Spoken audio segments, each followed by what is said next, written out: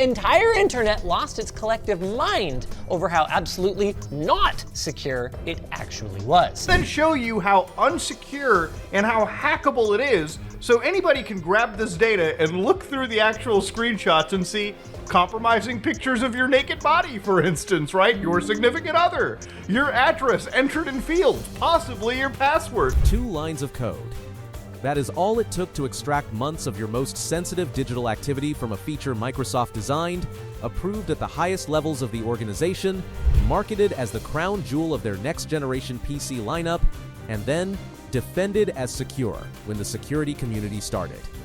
Raising alarms. Windows Recall was cracked again. 2 lines of code to pull passwords you typed into banking websites, private conversations you had in encrypted messaging apps, credit card numbers you entered during online purchases, medical information you looked up, personal documents you opened, every website you visited, every form you filled. All of it sitting in an unencrypted database on your own machine, completely exposed, waiting for anyone with elementary technical knowledge to walk in and take everything. Not a sophisticated state-sponsored attack, not a zero-day exploit that required months of research to discover. 2 lines of code. That was the security architecture protecting a feature Microsoft described as a photographic memory for your PC. That was the protection standing between the most intimate record of your digital life ever automatically compiled and anyone who wanted to read it. Windows Recall is not a failed experiment that Microsoft quietly shut down after the security community exposed how badly it was built. It is a feature that Microsoft has redesigned, repackaged, and continued shipping after the initial architecture was publicly demolished, after researchers demonstrated extraction required no administrative privileges, after content filters built to protect sensitive information were shown to fail consistently, after the entire security community responded to Microsoft's claim that these were design characteristics rather than vulnerabilities with a level of professional disbelief that should have ended the product entirely. Microsoft's response to being caught building a surveillance system with inadequate protection was not accountability. It was rebranding. And the rebranded version has vulnerabilities that security researchers began documenting within days of its redesigned release. What Microsoft built, what they defended, what they continue shipping, and what they are planning to expand is the story that millions of Windows users have not been told clearly enough to protect themselves. Start with what Recall actually is, stated plainly without Microsoft's marketing language obscuring the technical reality. Recall takes a screenshot of everything happening on your screen at regular intervals. Everything. Every document you open. Every website you visit. Every message you read or type, every form you fill, every image you view, every video you watch, every banking session, every medical record you access, every private conversation in any application. All of it photographed continuously, indexed using AI, and stored in a searchable database that lets you, or anyone else who accesses it, reconstruct your complete digital activity history stretching back months. Microsoft called this a photographic memory for your PC. The framing was designed to make it sound useful. A productivity tool, a convenience feature, something that helps you find things you did previously. The technical description, a continuous screenshot surveillance system that automatically catalogs everything you do on your computer and stores it in a searchable archive, communicates the same thing very differently. Both descriptions are accurate. One of them is the description Microsoft used publicly. The other is the description that security professionals used when they got access to the technical implementation and understood what had actually been built. The moment security researchers obtained access to Recall during its initial testing phase, the horror show began. The screenshots and all associated metadata were being stored in a plain SQLite database sitting on the local drive. No meaningful encryption. No real access controls. No protection mechanisms that would require an attacker to do anything sophisticated to access the data. Kevin Beaumont, one of the most respected cybersecurity researchers in the field, demonstrated that extracting months of user activity from the Recall database required literally 2 lines of code. He did not need elevated privileges. He did not need to bypass Windows Defender. He did not need any specialized exploit. He needed 2 lines of code and basic technical knowledge that any competent attacker possesses. Passwords typed into banking websites were there in plain text. Private conversations from encrypted messaging applications were captured and stored. Credit card numbers entered during purchases were sitting in the database. Medical information, personal addresses, financial records, an extraordinarily detailed reconstruction of someone's digital life, compiled automatically by an operating system feature, running silently in the background, protected by essentially nothing. Microsoft's initial response to this discovery revealed the communications strategy they would maintain throughout every subsequent controversy around Recall. They did not apologize.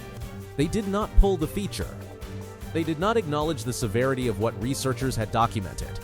They issued carefully worded statements emphasizing that data was stored locally and that the device needed to be physically unlocked for anyone to access it. The implication was that if you are the only person with physical access to your device, you are safe. That framing was designed to make the problem sound manageable. It collapsed almost immediately when the security community pointed out what Microsoft had not addressed. Malware does not need physical access to your device. Malware runs remotely. Malware runs under standard user accounts. Malware does not announce itself.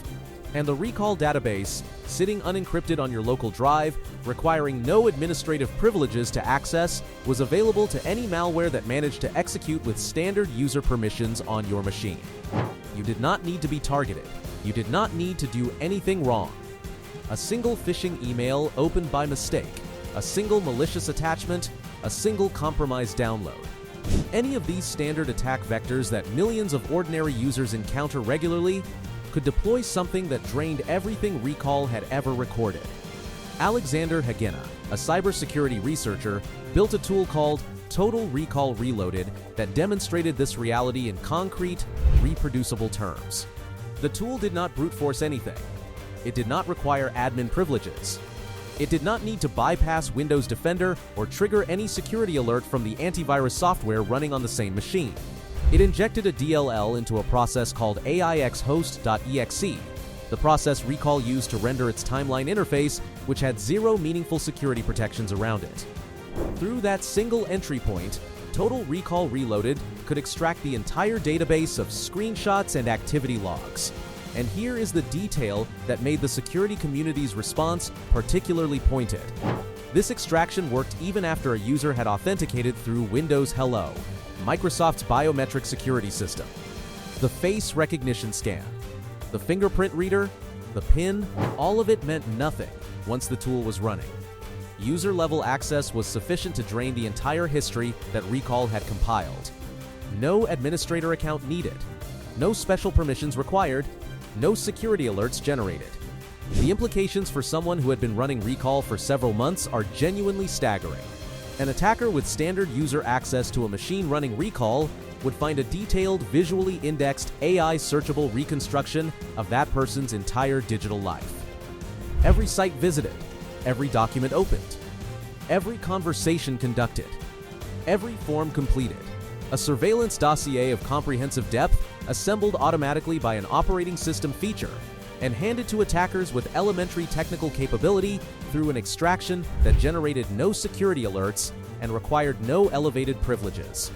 When confronted with the Total Recall Reloaded demonstration, Microsoft's official position was that this did not constitute a vulnerability. Their stated argument was that the tool was exploiting design characteristics of Recall's architecture rather than bypassing security mechanisms. The security community's reaction to this framing was immediate and unambiguous.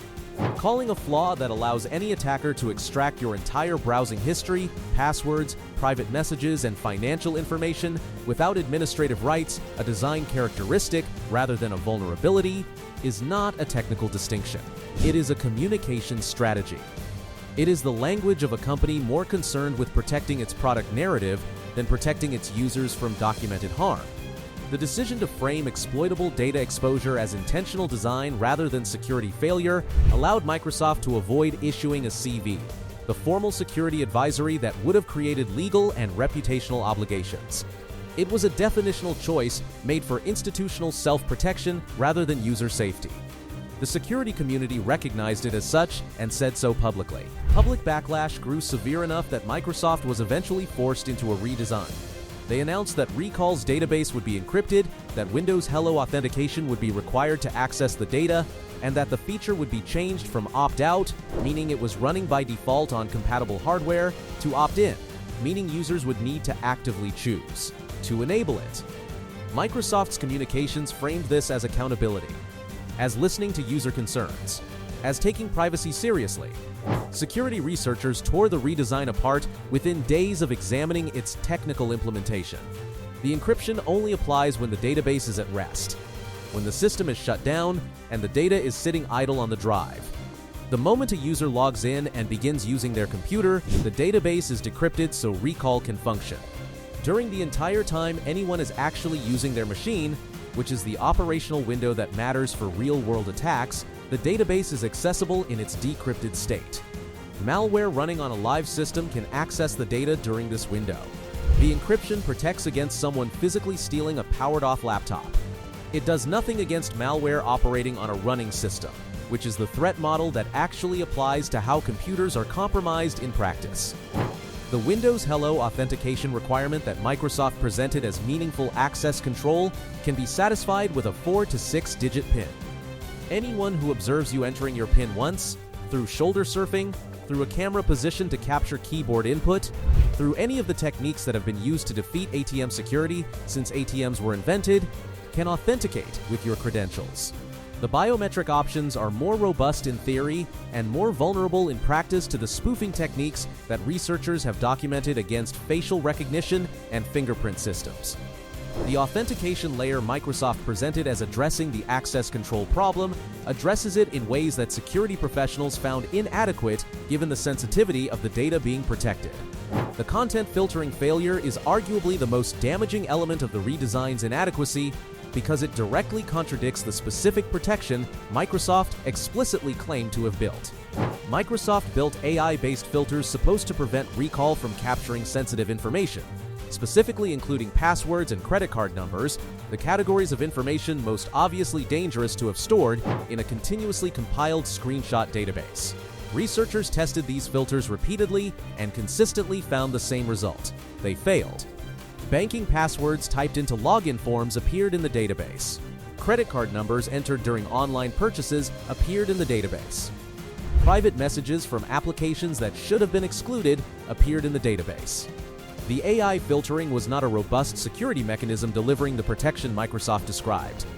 It was a checkbox that Microsoft could point to in communications defending the feature, while the actual protection it provided was inconsistent at best and demonstrably absent at worst.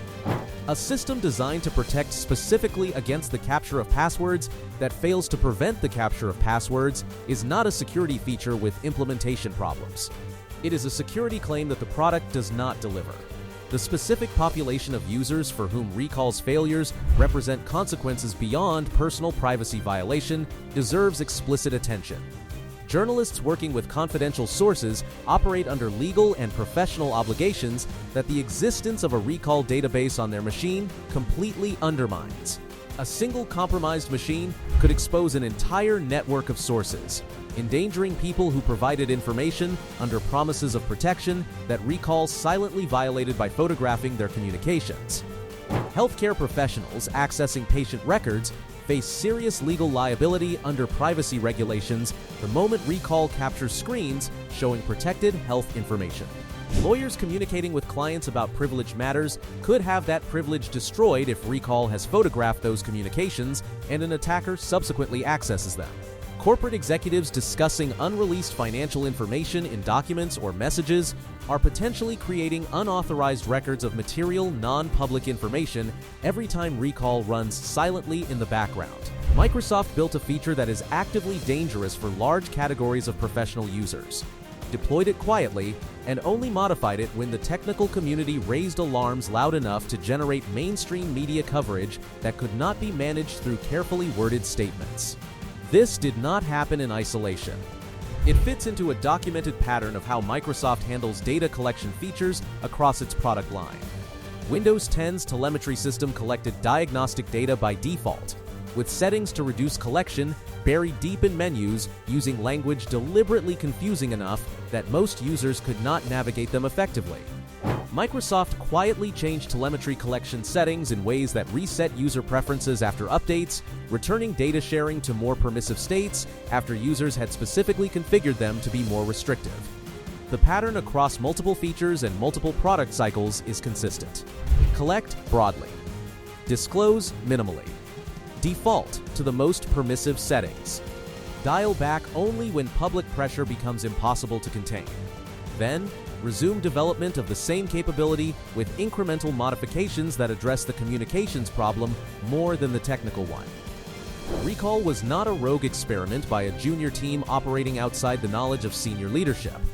It was presented at the highest levels of Microsoft as the flagship feature of the Copilot Plus PC hardware category. Satya Nadella described it publicly as a transformative capability. It was positioned as the primary reason consumers should upgrade to new NPU-equipped hardware. That means every decision in Recall's development, the decision to store screenshots without meaningful encryption, the decision to implement content filtering with AI that demonstrably failed at its stated function, the decision to make it opt-out rather than opt-in, the decision to describe. Documented extraction vulnerabilities as design characteristics rather than security failures was made and approved at organizational levels with full visibility into what was being shipped.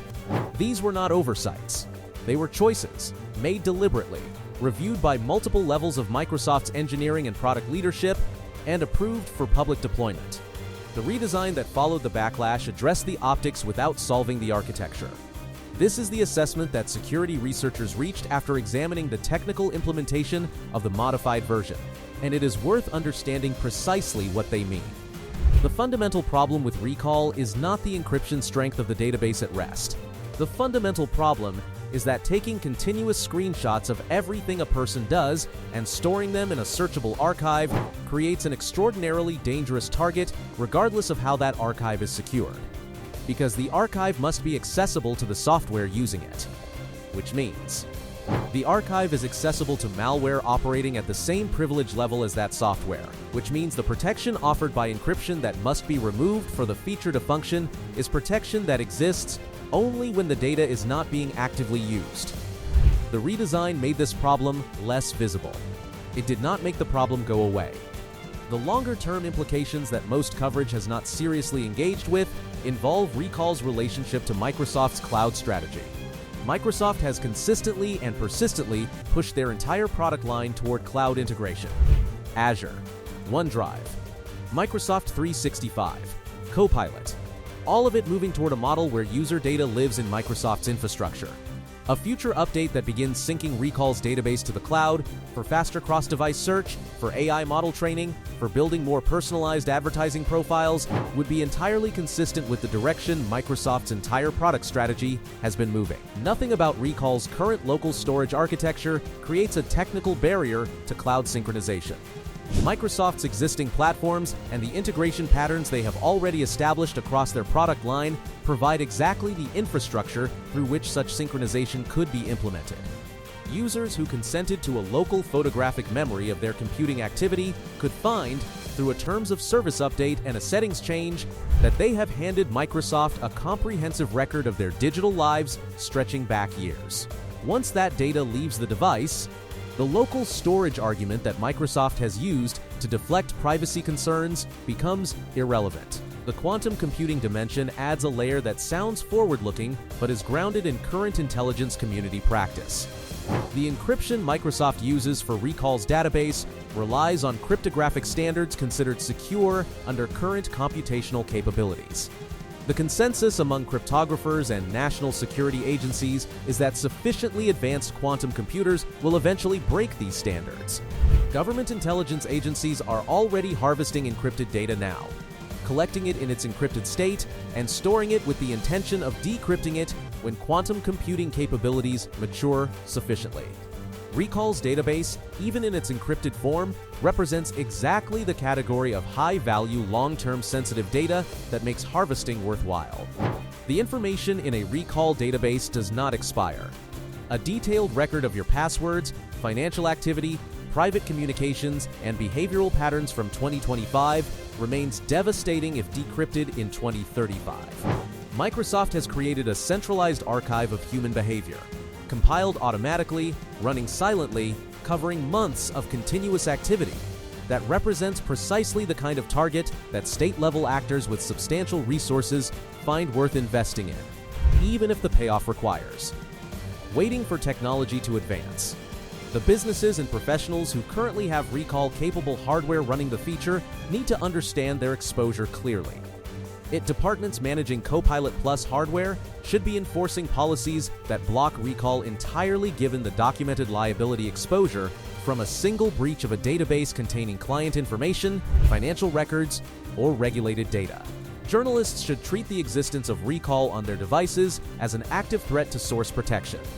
Healthcare professionals should understand that recall's content filtering failures mean patient data appearing on their screens may be photographed and stored in ways that create regulatory liability.